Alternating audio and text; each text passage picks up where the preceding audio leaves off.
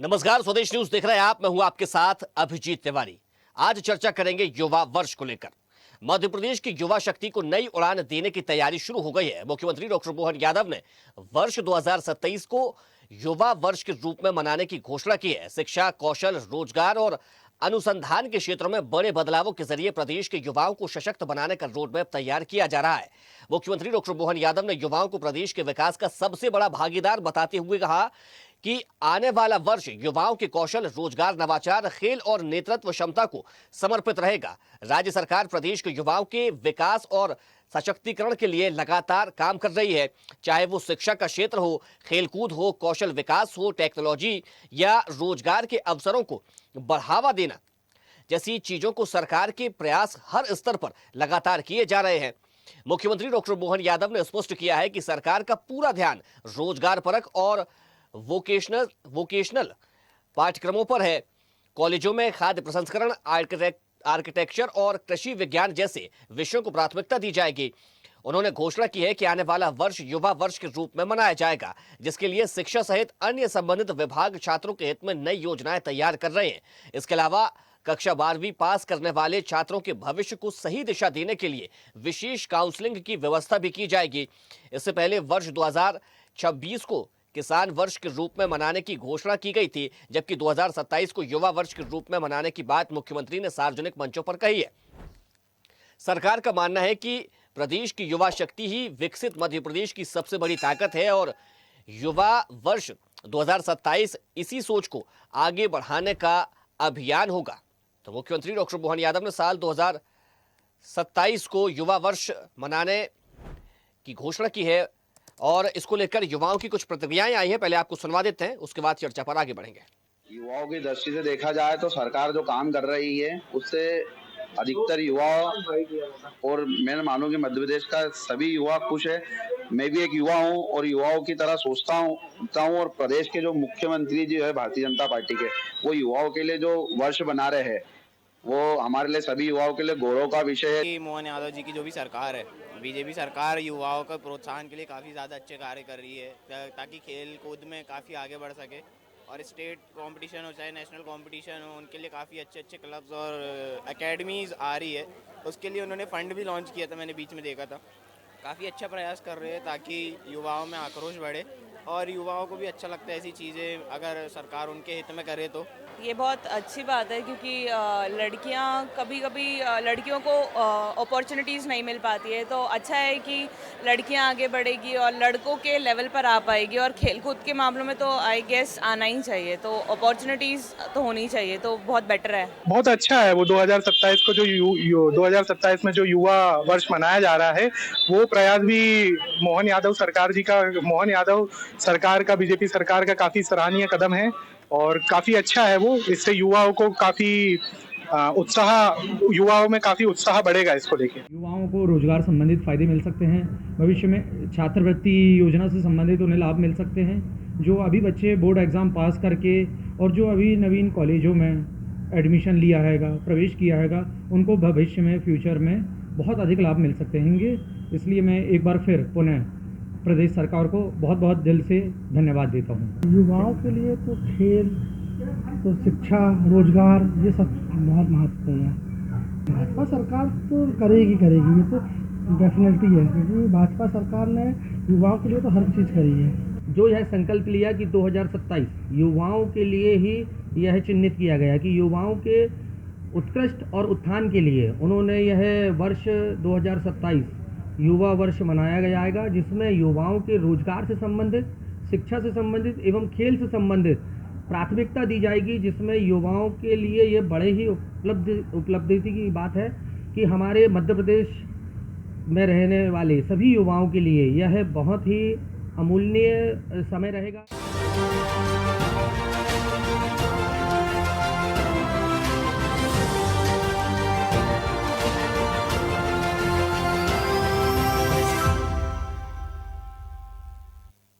तो मध्य प्रदेश के मुख्यमंत्री डॉक्टर मोहन यादव जिस तरह से हमेशा अलग अलग मंचों पर कहते हैं कि ये सरकार गरीबों की है, ये महिलाओं की है सरकार है, युवाओं की सरकार है, किसानों की सरकार है, और अपनी इन्हीं बातों की सार्थकता को सिद्ध करने के लिए मुख्यमंत्री डॉक्टर मोहन यादव ने एक और बड़ी घोषणा की है, वर्ष 2027 को युवा वर्ष के रूप में मनाया जाएगा। चलिए इसी विषय पर करेंगे चर्चा, लेकिन उससे पहले परिचय करवा देते अपने मेहमानों से। हमारे साथ वरिष्ठ पत्रकार डॉक्टर भूपेंद्र सुल्लेरी जी जुड़ गए हैं, आपका बहुत स्वागत है। साथ ही कुछ देर में हमारे साथ पूर्व कुलपति विक्रम विश्वविद्यालय अखिलेश पांडे जी भी जुड़ेंगे। चर्चा की शुरुआत में भूपेंद्र जी से करूंगा। भूपेंद्र जी, वर्ष 2027 को युवा वर्ष के रूप में मनाया जाएगा। इस दौरान युवाओं के हित को ध्यान में रखते क्या कुछ किया जाना चाहिए? देखिए तिवारी जी, निश्चित रूप से युवा किसी भी राष्ट्र की अधोरचना या विकास की दर के लिए एक नया प्रारूप तैयार करते हैं, और हम भारत देश में वीडियो युवा 68% हम युवाओं की दशा के रूप में अगर अग्रसित कर देंगे तो हमारी नई पीढ़ी और हमारा समाज, हमारा राष्ट्र निश्चित रूप से गुणोत्तर विकास करेगा, और जिसके लिए हम आज विकसित देश की कल्पना में आ जाएंगे। देखिए, मध्य प्रदेश राज्य में ये एक अच्छा स्टेप अपनाया है कि हर राज्य को एक नए रूप में घोषित करने से उसकी जो कमजोरियां हैं उसकी मुख्य धारा में लाके उसके समुचित विकास के लिए एक अग्रसित काम किया जा रहा है। 2027 युवाओं का वर्ष है। युवाओं में प्रतिभाएं अनेक होती हैं, जिसमें खेल कूद भी है और रोजगार मुक्ति भी है। और खेल कूद और रोजगार के परख में हम राष्ट्रीय और अंतर्राष्ट्रीय स्तर पे कई आयाम पेशित कर सकते हैं। इनके लिए एक भौतिक सुविधाएं के साथ साथ ट्रेनिंग, स्किल और रोजगार के लिए निश्चित रूप से जो प्रशिक्षण है वो दिए जाएंगे, तो हम ये देख सकते हैं कि हमारी जो युवाओं के रूप में हम जिस तरह से रिचनेस हैं और उसी के अनुरूप हमारा जो राष्ट्र की विकसित भारत की कल्पना है, और जो हम बात करते हैं कि हमारा देश सोने की चिड़िया रहा होगा, तो देखिए दो ही चीजें महत्वपूर्ण होती हैं, शरीर का स्वस्थ हो और उसका विकास के रूप में अर्थ के रूप में उसको जोड़ना। इन दोनों में अगर हम रिच हो जाएंगे तो निश्चित रूप से हम सबसे संपन्न राष्ट्र होंगे। और हमने विकसित देशों में देखा है कि हम आबादी में सबसे ज्यादा रहे, लेकिन हमारे यहाँ युवाओं में अगर कहें तो हम IQ लेवल से, चाहे आईटी के सेक्टर में हो, चाहे कंप्यूटर के सेक्टर में हो, चाहे सेमीकंडक्टर की सोच में हो, चाहे AI के रूप में हो, और चाहे इंजीनियरिंग हो, मेडिकल साइंस हो, सारे क्षेत्रों में हमने नए आयाम तैयार किए। और वैश्विक रूप से हमने, चाहे वो न्यूक्लियर साइंस हो, चाहे स्पेस साइंस हो, हमने सब में अपने आप को स्थापित किया है, वैश्विक रूप से प्रमाणित। लेकिन विगत वर्षों से हम खेल में बहुत दूर तक चले गए थे, लेकिन केंद्र सरकार की नीतियों के साथ और नए क्षेत्र के खेल के जो आयाम निश्चित किए गए, जिनसे हमने फिर से अपने जो हमारे ग्रामीण परिवेश की जो प्रतिभाएं हैं उनको मुख्य धारा में और राष्ट्र के लिए ऊर्जा के साथ साथ एक संरक्षित पूंजी के रूप में जो हमने विकसित और विकास के लिए जोड़ा है, वो एक अद्भुत है।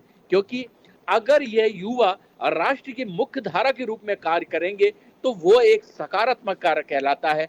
और वही युवा अगर हमारे किसी भी अन्य चीजों में लग जाते हैं तो वो हम उसके परिणाम देखे हैं, चाहे नक्सलाइट हो, चाहे आतंकवाद हो, और आज विश्व की ये चाहे वो नशा जैसी विसंगतियां हो, इन सब चीजों जिसका जितना स्किल है उसको सरकार उस प्लेटफॉर्म पे दे, और वह निश्चित रूप से राष्ट्र की इकाई होगी और व्यक्ति की उपलब्धता होगी, उस क्षेत्र का विकास होगा, और साथ साथ यह युवाओं के लिए एक आदर्श स्थापित होगा।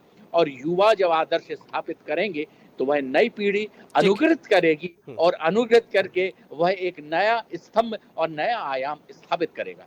जी ठीक है। अखिलेश पांडे जी, ये जो वर्ष चल रहा है 2026, इसको कृषि वर्ष के रूप में मनाया जा रहा है। इससे पहले वर्ष को उद्योग वर्ष के रूप में मनाया गया था। अब जो आने वाला वर्ष है 2027, उसको युवा वर्ष के रूप में मनाया जाएगा। लेकिन युवा वर्ष की सार्थकता कैसे सिद्ध होगी? क्योंकि अगर हम उद्योग वर्ष की बात करें तो आपके पास बड़ा निवेश आ गया, कई सारे उद्योग स्थापित हो गए, चलिए उसकी सार्थकता सिद्ध हो गई। किसानों को लेकर ये वर्ष मनाया जा रहा है, उनको फसलों के अच्छे दाम मिल गए, उनकी फसलों की पैदावार हो गई, सिंचाई के लिए पानी उन तक पहुंच गया, तमाम ऐसे काम किसानों के लिए हो गए, उसकी भी सार्थकता सिद्ध हो गई। युवा वर्ष की सार्थकता कैसे सिद्ध होगी? माइक अनम्यूट कर लीजिए आप अपना। मैं सबसे पहले तो आपको धन्यवाद देता हूं कि आपने युवाओं के बारे में इस तरीके से चर्चा शुरू किया है, क्योंकि भारतवर्ष जो है युवा कंट्री बोलते हैं, यहाँ युवाओं की आबादी ज्यादा है बजाय कि बुजुर्गों की आबादी। तो हमारी जो वर्किंग कैपिटल है वो युवा ही है। और युवा एनर्जी, जैसा हमारे वरिष्ठ पत्रकार अपने सुलेरे साहब ने अभी इस बात को हाईलाइट किया कि युवाओं में एक एनर्जी होती है, और एनर्जी जो है चैनलाइज होकर के यदि अच्छी जगह लगाई जाए तो अच्छे काम होते हैं। अभी आपने बताया कि एक उद्योग ईयर बनाया गया, जहाँ उद्योग से संबंधित सारी सी कृषि, लेकिन आप ये भी ध्यान दें कि इसमें सभी में स्किल जो है पर्सनल चाहिए। मतलब चाहे वो कृषि हो चाहे उद्योग हो, हर किसी में स्किल के लोग चाहिए। यदि उनमें स्किल नहीं मिलेगा तो आप ये देखिए कि शायद चाहे उद्योग नीति हो या कृषि नीति हो, सफल नहीं होगी। तो सभी के लिए जो है एक तरीके से स्किल मैन पावर चाहिए। अभी आप ये देखिए जैसे सोलर एनर्जी है, सोलर में बहुत सारे पावर लगे हैं, लेकिन सोलर में आज भी हमारे पास उसको रिपेयरिंग के लिए, उसको सहायता देने के लिए बहुत सारे स्किल की कमी है। तो बहुत सारे ऐसे उद्योग हैं जो स्किल के ऊपर ही डिपेंड करते हैं। उनकी सफलता जो है उस नीति की युवाओं की स्किल के ऊपर डिपेंड करती है। आज 2027 जो है युवा वर्ष जो डिक्लेयर किया है शासन ने, ये बहुत बड़ा इनिशिएटिव है, क्योंकि आज भी बहुत सारे हमारे ग्रामीण क्षेत्र के जो युवा हैं वो सरकार की बहुत सारी पॉलिसीज को जान नहीं पाते। वो सारी स्कीम, एक उदाहरण मैं आपको बताऊं, अभी दिल्ली में एक मीटिंग थी, डिपार्टमेंट ऑफ बायोटेक्नोलॉजी है, साइंस एंड टेक्नोलॉजी है, वहां पे ये वर्किंग वुमेन्स स्कीम होती है, जो कि महिलाओं के लिए जिनके एजुकेशन नहीं हो पा रहे हैं या किसी कारण से छूट गए हैं, उनके लिए बहुत सारी स्कॉलरशिप देती है। लेकिन आज भी बहुत सारे ग्रामीण क्षेत्रों से या बहुत सारे ऐसे स्टेट्स हैं जहां से एक भी प्रोजेक्ट्स नहीं आते। इसका मतलब ये नहीं कि वहां क्वालिफाइड नहीं है, वहां क्वालिफाइड है, लेकिन अवेयरनेस की कमी, जागरूकता की कमी है। तो ये जो वर्ष मनाया जाएगा, कहीं ना कहीं उसका एक फोकस जो है, उसका पूरा लक्ष्य जो है युवाओं को कौशल प्रदान करना, उनको उद्यमिता की तरफ मोटिवेट करना, और सरकार की जो पॉलिसीज हैं उनको पूरी तरीके से उन्हें उसके प्रति तैयार करना, ये मेन जो युवा वर्ष मनाया जा रहा है उसका है। और सरकार ने इसमें इनिशिएटिव स्टार्ट भी कर दिया है। अभी आप देखिए युवा कमीशन, यूथ कमीशन जो है सरकार ने इस्टेब्लिश कर दिया। यूथ कमीशन का मतलब ही है कि युवाओं को उससे जोड़ करके और युवाओं से संबंधित जो ये कल्याणकारी जो योजनाएं हैं उसको उनको युवाओं के बीच में ले जाना, ऐसे इसकी सार्थकता बहुत ज्यादा है। इसका इम्प्लीमेंटेशन जिस लेवल में होना चाहिए, मुझे लगता है सरकार इस पर भी ध्यान देगी। और अभी उच्च शिक्षा में कौशल विकास की जो है स्किल इनेबल्ड कोर्सेज शुरू कर दिए हैं, मतलब उनको इंटर्नशिप दे रहे हैं। इंटर्नशिप का मतलब ही यही है कि उनको पढ़ाई के साथ साथ में उनको स्किल में तैयार किए। जैसे सीखो और कमाओ योजना है, कमाओ और सीखो, मतलब ये बहुत बड़ी मुख्यमंत्री जी की एक इनिशिएटिव है जिसमें बच्चे पढ़ रहे हैं। और जैसे पहले गुरुकुल में हुआ करता था कि अपना जीवन जीने की कला भी सिखाते थे, वो एग्जैक्टली युवा वर्ष में ये सारी चीजें जो है युवाओं को प्रदान की जाएगी। और मुझे लगता है कि ये बहुत बड़ा एक सार्थक और युवाओं के लिए प्रेरित और प्रोत्साहित करने वाली जो इनिशिएटिव है जो हमारे माननीय मुख्यमंत्री जी ने शुरू की है, बहुत अच्छी स्कीम है। और इसका डेफिनेटली जो है हमारे विद्यार्थियों को इसका बहुत फायदा होगा। ठीक है भूपेंद्र जी, देखिए कौशल पर जोर दिया जा रहा है, क्योंकि अगर स्किल होगी तो आप किसी भी फील्ड में काम कर पाएंगे। और जब हम बात कौशल की करते हैं, स्किल की बात करते हैं, फिर बात रोजगार पर आ जाती है। तो यदि हर जिले में करीब 3-3 महीने में ही रोजगार मेले लगने लगे या तमाम दूसरी ऐसी चीजें होने लगी जिससे उनकी जो रोजगार की संभावना है वो और ज्यादा बढ़ जाए, तो कैसा रहेगा युवाओं के लिए? देखिए तिवारी जी, एक चीज समझनी होगी, जब सरकार कोई योजना की घोषणा करती है तो उसका एक रोड मैप बनाना पड़ता है। और हमारे जो प्रदेश है या हमारा जो देश है वो ग्रामीण परिवेश से जुड़ा हुआ है। और खास तौर से हमारा जो मध्य प्रदेश है वो वनांचल क्षेत्रों से है, मतलब आदिवासी आबादी है। और आदिवासियों का निश्चित रूप से खेल के रूप में नए नए, चाहे वो भाला फेंक हो, चाहे रेस हो, चाहे कई चीजों में उन्होंने निश्चित रूप से तीरंदाजी, जो उनकी पारंपरिक खेल है जो आज ओलंपिक में है, और उन्होंने नए आयाम निश्चित किए। तो सरकार को एक रोड मैप बनाना पड़ेगा शहरी परिवेश का और ग्रामीण परिवेश, इन दोनों परिवेश के विद्यार्थियों को किस तरह से समांतर रूप से मुख्य धारा के रूप में लाकर और उनको सन्मुख विकास की धारा से जोड़ेंगे। दूसरी बात ये होती है कि अगर वो खेल के रूप में जा रहे हैं तो खेल की क्या है, वह जीविका बन पाएगी। हमने बहुत सी चीजें ये देखी हैं कि जो लोग खेल खिलाड़ी हो गए, उन्होंने अंतर्राष्ट्रीय स्तर का खेल खेला, लेकिन उनकी जीविका पे आज भी संकट आ गया। उनको ना रोजगार मिल पाया, ना उनको शासकीय सहायता मिल पाई। तो ये भी एक सरकार को अपने रोड मैप उसमें बनानी होगी कि व्यक्ति उस चीज को, क्योंकि 100 अगर पॉजिटिव 100 काम करते हैं, उसमें 90% काम अगर पॉजिटिव होते हैं और 10% काम नेगेटिव होते हैं, तो उन 10% का ज्यादा प्रचार होता है। तो ये चीज हमको समझनी पड़ेगी कि, और यही सरकार की जिम्मेदारी होती है कि अंत्योदय योजना वही है कि अंतिम पंक्ति तक वह लाभ पहुंचे, उसकी कुशलता और कौशल के अनुसार पहुंचे। तो ये चीज सरकार को बहुत महत्वपूर्ण है। दूसरी बात, उनके खेल के साथ साथ रोजगार परक शिक्षा भी हो, उनको दोनों चीज में किया जाए कि वह शिक्षा भी ग्रहण सकते हैं और अपने खेल से रोजगार परक पा सकें, जिससे वो अपना जीवन गुजार सकें और आने वाली पीढ़ी के रूप में भी कर सकें। दूसरी बात, प्रदेश में इस तरह से रोजगार और निवेश और साथ में प्राइवेट रोजगार, महत्वपूर्ण विषय यह है कि सरकारी नौकरियां तो एक लिमिटेड है, और आप जिस तरह से सरकारी नौकरियों के जो अंतर्राष्ट्रीय दबाव है, आप उनको नए रिफॉर्म में ला रहे हैं, आउटसोर्स और दुनिया भर के सोर्स जो ला रहे हैं, उससे उसका व्यक्तिगत जीवन जो 60 वर्ष के बाद, वो तो असुरक्षित है।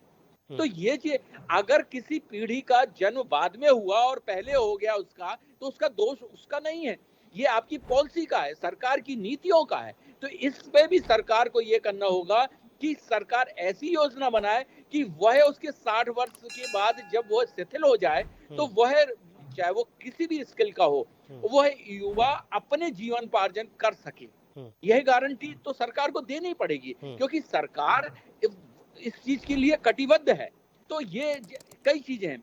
तो और दूसरी बात, जो खेल में राष्ट्रीय और अंतर्राष्ट्रीय जो प्रतिभागी बनेंगे, उनके लिए कैसी व्यवस्थाएं बनेगी, उनको कैसे आप वर्गीकृत किएंगे, क्योंकि राष्ट्रीय स्तर पे किस तरह से ले जाना है, अंतर्राष्ट्रीय स्तर पे किस प्लेटफॉर्म पे लेके जाना है।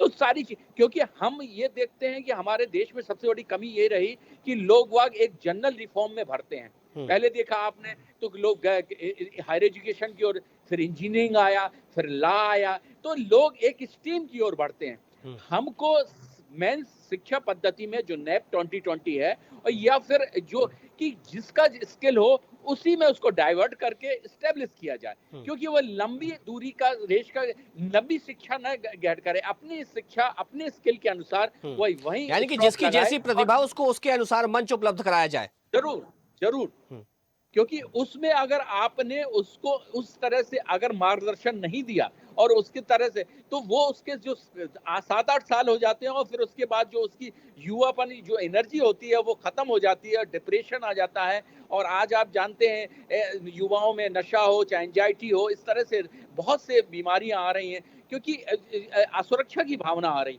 वो उस चीज से आपको आगे बढ़ाना होगा। लेकिन शिक्षा में खेल बहुत महत्वपूर्ण चीज थी, जो विगत वर्षों में समाप्त हो चुकी, क्योंकि अगर हम मानसिक परिश्रम तो कर लेते हैं, लेकिन शारीरिक परिश्रम बहुत कम हो रहा था।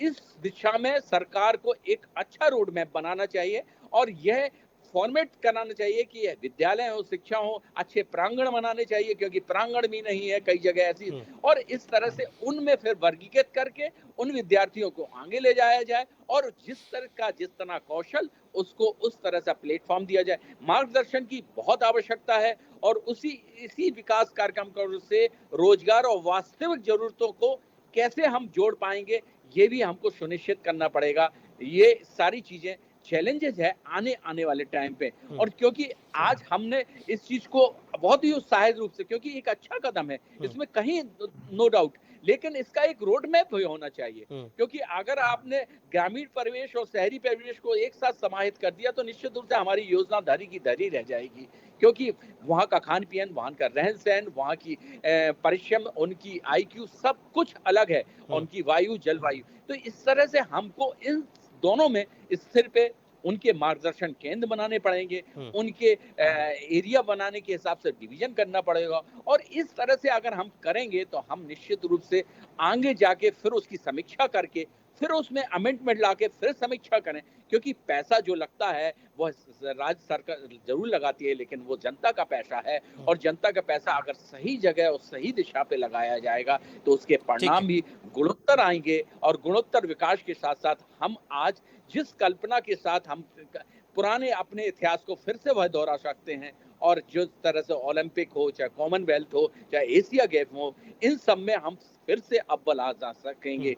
और क्योंकि आज स्थिति ऐसी है कि खेलों के प्रति लोगों का रुझान इसलिए कम हुआ। और ये भी महत्वपूर्ण विषय एक और तिवारी जी मैं कहना चाहूंगा कि जिस तरह से हमने क्रिकेट, एक मैं ये नहीं कह रहा हूँ क्रिकेट का विरोध नहीं कर रहा हूँ, लेकिन क्रिकेट जैसा एक खेल जिसको बहुवाद लोगों ने कर दिया, और जिसके कारण क्या हुआ कि सारा इन्वेस्टमेंट, सारा चाहे वो कंपनियों का स्पॉन्सरशिप हो, सिर्फ एक गेम में चला गया।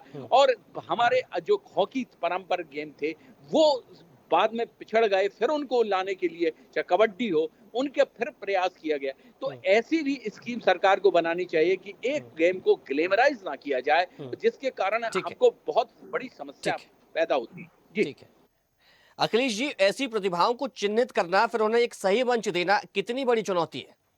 माइक अनम्यूट कर लीजिए आप अपना।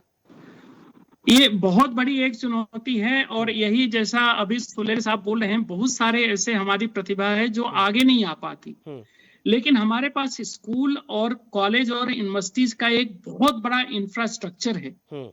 एक्चुअली उनको इसमें समाहित करते हुए, उनका सहयोग लेकर के और उन्हें इसमें इन्वॉल्व करते हुए हम ग्रामीण क्षेत्र से लेकर के और शहरी क्षेत्रों से लेकर के युवाओं को हम चिन्हित कर सकते हैं। उनका इसमें पार्टिसिपेशन बहुत जरूरी है, क्योंकि अभी देखिए 18 एकेडमी जो है वो शासन ने डिक्लेयर किया है कि 18 नई एकेडमीज बनेगी। वो एकेडमीज जो है, चूंकि नई शिक्षा नीति लागू है, तो अभी जो हमारे परंपरागत खेल हैं, जैसा सुलेर साहब बोल रहे हैं कि क्रिकेट, हाँ बहुत ज्यादा उसको ग्लैमराइज कर दिया, जिसके युवाओं का उधर रुझान बढ़ा। लेकिन अभी नई शिक्षा नीति में जितने भी परंपरागत जो खेल हैं, चाहे वो कबड्डी या जो हमारे पुराने खेल रहे हैं, उनको भी समाहित किया गया है। तो मुझे लगता है यदि स्कूल कॉलेज का जो इंफ्रास्ट्रक्चर है, क्योंकि वहां पे युवाओं की वहां पे आते हैं और वो लोग टीचर्स जो है उनके कांटेक्ट में रहते हैं, वो इंफ्रास्ट्रक्चर जो है इसमें बहुत बड़ा रोल प्ले कर सकता है। जब हम अपने प्रतिभाशाली जो विद्यार्थी उनको एक तो आइडेंटिटी चिन्हित करें, और केवल चिन्हित नहीं करें बल्कि उन्हें उस एकेडमीज के पास पहुंचाएं, वहां उनको सरकार की जो योजनाएं हैं उसका लाभ दिलवाने में उनकी मदद करें। ये बहुत इंपॉर्टेंट एक पैरामीटर इसके सक्सेस का है। दूसरा एक चीज, मैं अभी युवा आयोग बना है, उसका लक्ष्य भी यही है कि युवाओं को जोड़ना। तो हर विश्वविद्यालय में मुझे लगता है स्थानीय लेवल पे इसकी शाखाएं बनना चाहिए। हर विश्वविद्यालय में युवा कमीशन जो है उसका एक कंपोनेंट बने, हर कॉलेज में, चाहे वो ग्रामीण क्षेत्र का हो, और उसके माध्यम से जो है हम युवाओं को इससे जोड़ सकते हैं। तभी ये एक तरीके से इसका इम्प्लीमेंटेशन, चाहे स्कीम हो या हमारा जो 2027 का जो लक्ष्य है वो पूरा किया जा सकता है। देखिए, जैसे मैंने पहले भी जिक्र किया था कि वर्ष 2025 और 26 और फिर उसके बाद तमाम जो वर्ष 2027 को युवा वर्ष के रूप में मनाया जा रहा है। तो ऐसे में जब हम बात करते हैं, मेरा ये अंतिम सवाल है आपसे, तो क्या लगता है आपको कि ऐसे जो पहल सरकार कर रही है उससे कितना उसका व्यापक असर पड़ता है? जो सरकार पहल कर रही है वो उसका पूरा जो है सफलता इस पर डिपेंड करता है कि वो हमारे विद्यार्थियों को कितना पेनिट्रेट कर रहा, मतलब कहाँ तक पहुंचा पा रहे हैं। डेफिनेटली जो सरकार की स्कीम्स हैं और जो वर्ष हम मनाएंगे उसमें यही सारी चीजें सेमिनार के माध्यम से, वर्कशॉप के माध्यम से सब उसमें आएगा, और डेफिनेटली उसका एक बहुत बड़ा असर जो है वो हमारे विद्यार्थियों पे पड़ेगा। ठीक है, समय हो गया, इस चर्चा को यही विराम देना पड़ेगा। हमारे साथ जुड़ने के लिए अखिलेश पांडे जी आपका बहुत शुक्रिया, और डॉक्टर भूपेंद्र सुलेर जी आपका भी बहुत धन्यवाद। तो 2027 वर्ष युवाओं का वर्ष होगा, युवाओं को समर्पित होगा। इस दौरान युवाओं के लिए नवाचार किए जाएंगे, उनके शिक्षा, रोजगार और खेल गतिविधियों से जुड़ी तमाम सारी अन्य जो है वो हमें पहले देखने को मिलेगी, क्योंकि जिस तरीके से 2026 को कृषि वर्ष के रूप में मनाया जा रहा है, 2025 को उद्योग वर्ष के रूप में मनाया गया, उसी तरह अब 2027 को युवा वर्ष के रूप में मनाया जाएगा। फिलहाल चर्चा में इतना ही। देखते रहिए स्वदेश न्यूज, सबसे पहले देश। देखते रहिए स्वदेश न्यूज। अगर आप इस वीडियो को सोशल मीडिया हैंडल फेसबुक या इंस्टाग्राम पर देख रहे हैं तो हमें फॉलो करें, अगर यूट्यूब पर देख रहे हैं तो सब्सक्राइब करें और बेल आइकन दबाना ना भूलें।